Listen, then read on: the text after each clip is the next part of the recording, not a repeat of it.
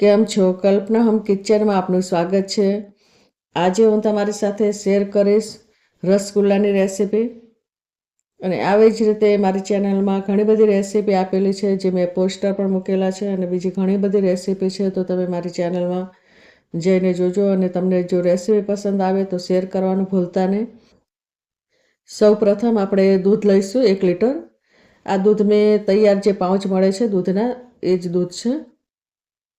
તો મેં ગાયનું દૂધ નથી લીધેલું, જે આપણે તૈયાર દૂધ મળે છે તે જ લીધેલું છે. દૂધને આપણે બરાબર ઉભરો ના આવે ત્યાં સુધી આવી રીતે મિક્સ કરતા રહેવાનું અને ગરમ કરતા રહેવાનું છે. અને તમે એન્ડ સુધી જોજો કે મેં આ કેવી રીતે બનાવ્યા છે, કેમ કે આના અંદર ઘણી બધી ટિપ્સ હોય છે, અને તો જ સારા બને છે. આવી રીતે આપણે મિક્સ કરતા રહેવાનું છે. અને હવે આપણે આ જે ઉભરો આવી ગયો છે, આવી રીતે બરાબર ઉકળે પછી આપણે દૂધને સાઈડમાં મૂકી દઈશું. આવી રીતે બરાબર ઉકાળવાનું છે. અને હવે આપણે વિનેગર અને પાણી 2 મિક્સ કરવાનું છે. હવે આપણે આ જે દૂધ છે તેને આપણે નીચે ઉતારી લઈશું ગેસ ઉપરથી. અને એના અંદર આપણે વિનેગર અને પાણી જે મિક્સ કરેલું છે તેને આપણે ઉમેરીશું. અને આપણે થોડું થોડું કરીને જ ઉમેરવાનું છે, અને વધારે પણ નથી ઉમેરવાનું. 2 ચમચી જેટલું જ ઉમેરવાનું છે. આ જે 1 લીટર દૂધ છે તેમાં આપણે 2 ચમચી ઉમેરવાનું છે, નહીંતર આ બહુ ખાટું થઈ જશે. આવી રીતે આપણે મિક્સ કરતા રહેવાનું, એટલે જે પાણી અને દૂધનો માવો છે તે અલગ થઈ જશે. આવી રીતે આપણે જે પાણી અને જે દૂધનો માવો છે અલગ થઈ ગયું છે. તો આના માટે આપણે હવે કોટનનું કપડું લેવાનું, અને ચાયણી કે કોઈ પણ ગળણી હોય એના ઉપર આપણે રાખી અને આ ગળી લેવાનું છે.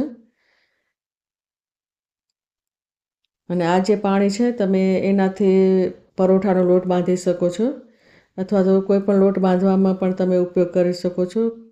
હવે આપણે આ જે ગળણી છે તેના ઉપર કોટનનું કપડું રાખેલું છે, અને આપણે ગળી લેવાનું.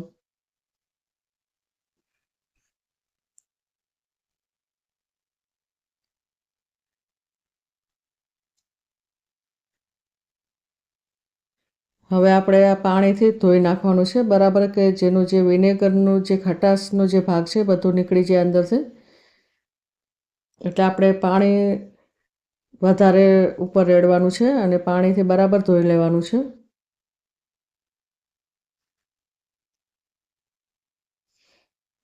આવી રીતે ઉપર પાણી ઉમેરવાનું અને ધોઈ લેવાનું.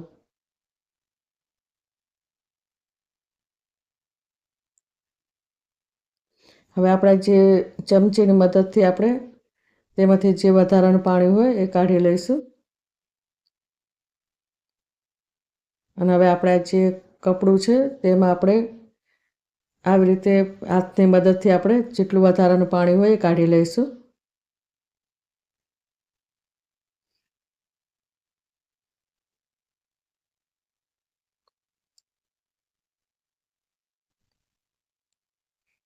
આવી રીતે આપણે પાણી અંદર એકદમ નથી કાઢી લેવાનું, કેમ કે આપણે થોડું એને ઢીલું રાખવાનું છે. ને આવી રીતે જેટલું નીકળે એટલું આપણે કાઢી લેવાનું છે. અને જો થોડુંક અંદર રહેશે તો આ મુલાયમ બનશે, તો આપણે એકદમ કોરું નથી કરવાનું.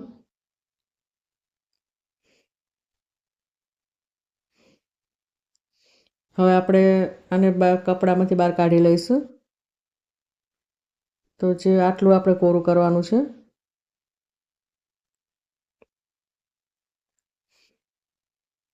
હવે આપણે આને બરાબર હાથની મદદથી બરાબર મિક્સ કરી લેવાનું છે.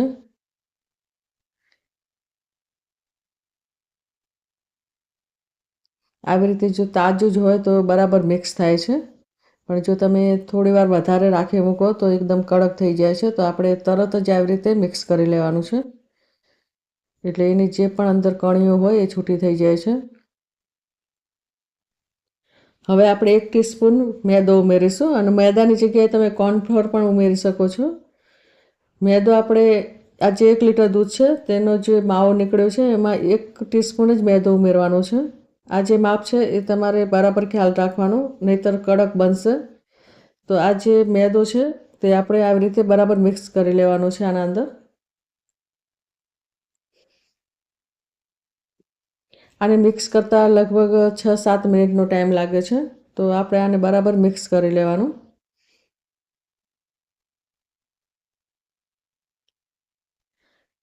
હવે આપણે જે પ્રમાણે બનાવવો હોય એ પ્રમાણે આપણે રસગુલ્લાનું માપને બનાવી લેવાના છે. અને આપણે નાની સાઈઝના જ બનાવવાના, કેમ કે આ જે ફૂલીને ડબલ થાય છે, તો આને નાની સાઈઝમાં બનાવી લેવાના. હવે આપણે એક કડાઈમાં સાકર લઈશું 200 ગ્રામ.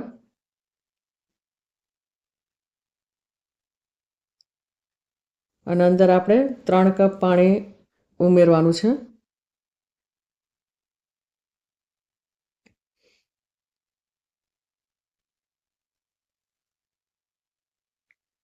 અને આવી રીતે આપણે મિક્સ કરતા રહેવાનું.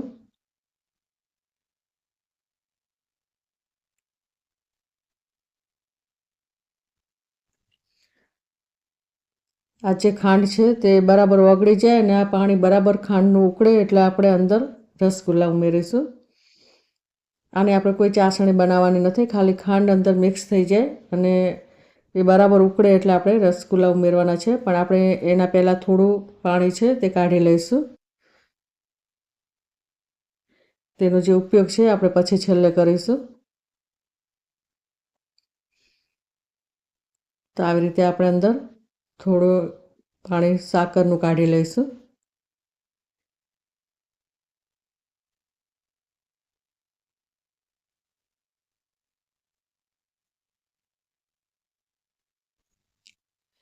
હવે આપણે અંદર બીજું પાણી ઉમેરીશું 2 કપ.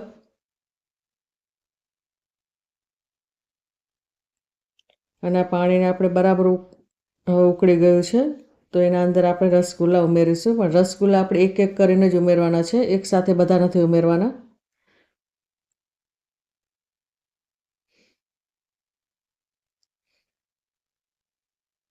આવી રીતે આપણે એક એક કરીને ઉમેરવાના છે. જો તમે આવી રીતે રસગુલ્લા બનાવશો તો તમારે એકદમ સરસ રસગુલ્લા બનશે. હવે આપણે 5 મિનિટ આવી રીતે ખુલ્લા ઉકળવા દેવાના અને પછી આપણે ઢાંકવાનું છે. હવે આપણે 5 મિનિટ થઈ ગઈ છે, તો હવે આપણે ઢાંકી દઈશું.